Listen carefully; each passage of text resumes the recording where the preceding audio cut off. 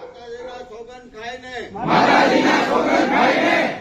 કહું છું કે ભાજપ પાર્ટીને મત નહીં આપું અને તેની વિરુદ્ધમાં મતદાન કરીશ. જય ભવાની, જય ભવાની, જય ભવાની, ભાજપ જવાની, જય ભવાની,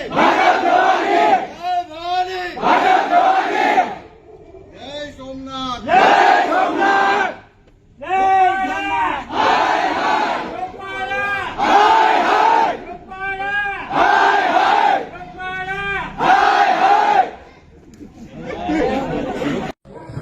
આ લોકો ક્ષત્રિયો ભાઈઓ બધા મળી અને એ લોકોને અમે પોતે ટેકો જાહેર કરીએ છીએ.